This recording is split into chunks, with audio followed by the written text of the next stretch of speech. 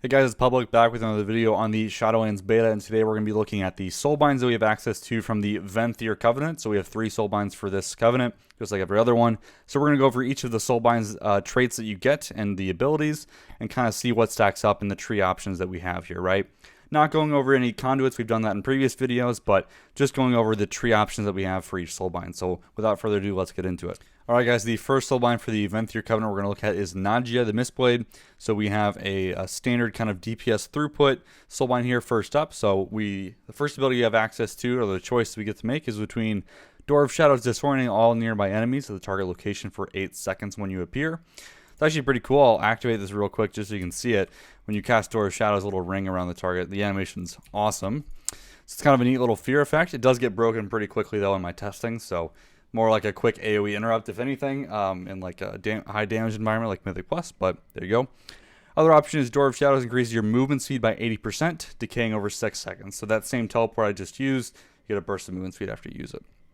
And then you get your 2 options here, the defensive conduit or a throughput conduit right after that choice. So since I'm a DPS Shadow Priest, I'm probably going to want to take the left side option.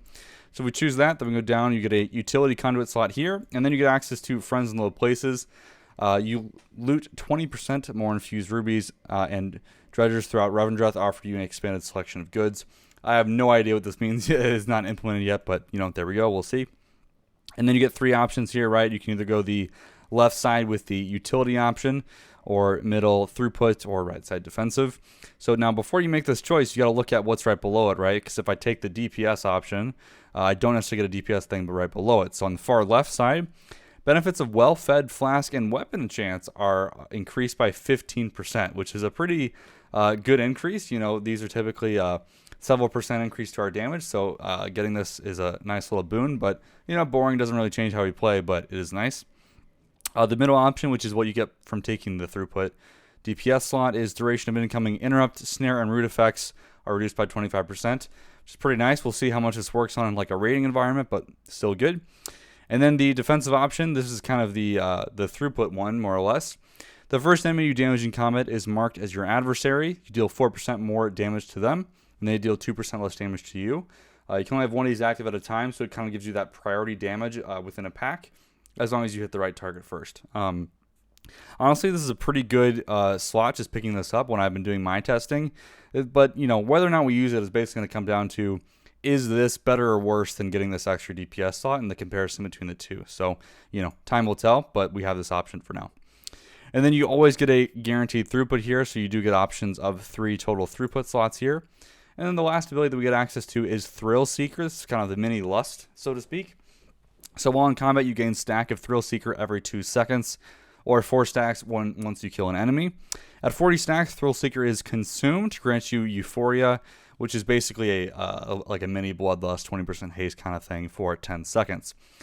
Just a note here, if you do take too long in between combat, it does decay rapidly, it says. So, but if you're in a Mythic Plus environment, you have no worries keeping this up. It's pretty good. So, very nice ability. This is overall one of the best single target Soulbinds that we have access to so far.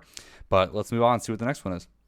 Alright guys, next Soulbind that we're going to look at is Theotar the Mad Duke. I have had to re-record this. They did just change this as I was uploading the video. So they did make a quick change right here. So let's go ahead and get started with Theotar and see our choices. So first things first, we have Door of Shadows frees you from roots and snares as your first option. Now, if you choose that, that means you do get to choose the throughput conduit, which is great. And the other option, this is the one that they recently changed. Door of Shadows now has 2 charges, but its cooldown is increased by 30 seconds, right? Which, you know, 2 charges, you know, it's a minute cooldown. It's okay. Now, if you want the throughput conduit, you're probably going to want to go ahead and go to the left-hand side. You want the DPS increase, it's good. And then you get a fixed utility slot here for Theotar. You can start kind of, you know, piecing together that Theotar is the utility tree. You can get 3 utility conduit slots here. And then you get a choice of 3 things here. So the first one is effects of combat potions last 20 to 100% longer. You know, this is only as good as the potions that we're currently using, but, you know, this could be pretty substantial. Now, to take this, you do take the defensive conduit option, so keep that in mind. Now, if you want to go the utility route, that option is your spells and abilities have a chance to call Tubbins and Gubbins to your side for 12 seconds with Paracels in hand. And standing in the shaded area from those umbrellas grants you 10% mastery. It's actually a pretty fun ability. It looks pretty cool in game. 10% mastery, cool beans. Well, I mean, it's free damage, I guess. And then if you want the damaging throughput conduit option here, you get Token of Appreciation, which is just granting a shield that absorbs 500 damage or X damage to allies who aid you with healing or beneficial magic effects. And you can only shield each ally once every 20 seconds, right? So basically you're just putting shields on your healers with this inside of a raid setting, which, I mean, unsure how useful it is, but if you want the throughput option, that's what you got to pick. And then you get the last endurance option here, a defensive option, and then you get 3 different choices here. First one, Life of the Party. This thing is buffing the Ember Court, which is the kind of weekly event for your Covenant. Don't really know much about this yet, but it's not implemented, so can't test. The guy in the middle here is clearly the best option. If you don't take this, you're just doing it wrong, right? Transmog costs are covered by Theotar. Isn't that great? And just transmog to your heart's content. So it's perfect. And then the last guy here, Theotar will send you an assortment of herbs when you contribute activities to your Great Vault. Again, not yet implemented, but obviously you'll pick the transmog option, so no big deal. And guys, right now, they still haven't done anything yet with his last ability or his signature ability, so we don't have that yet, just as coming soon. So I'll link the Soulbind calculator in the description of this video. At some point it'll get released and you can check that out. Alright guys, so that's the Theotar. Let's go ahead and move on. Alright guys, the last Soulbind that we have access to from the Venthyr Covenant is General Draven, the giant big winged guy right here. He usually stands there. Oh, there he is. He's on this side. He looks fantastic, but that is the last Soulbind. He is the kind of defensive focused one. First choice we have here, earning Anima improves your armor's remaining durability. Fine, cool, why not? Or leaving a resting area increases your mounted speed by 10%, and your out of combat regen by 100%, lasts 10 minutes, and completing a world quest refreshes the duration. Pretty awesome, great for open world content, so definitely one of those things where you might even switch this while you're doing world quests, and then go back to Nadja or Theotar for other pieces of content, which is cool. Then we get a defensive slot right off the bat, and then we're left with a choice here between Built for War. While you're above 80% health, you gain 1% intellect every 3 seconds, stacking up to 5 times. If you fall below 50% health, though, this effect is lost. So keep your health up, and you get up to 5% intellect, which is pretty cool.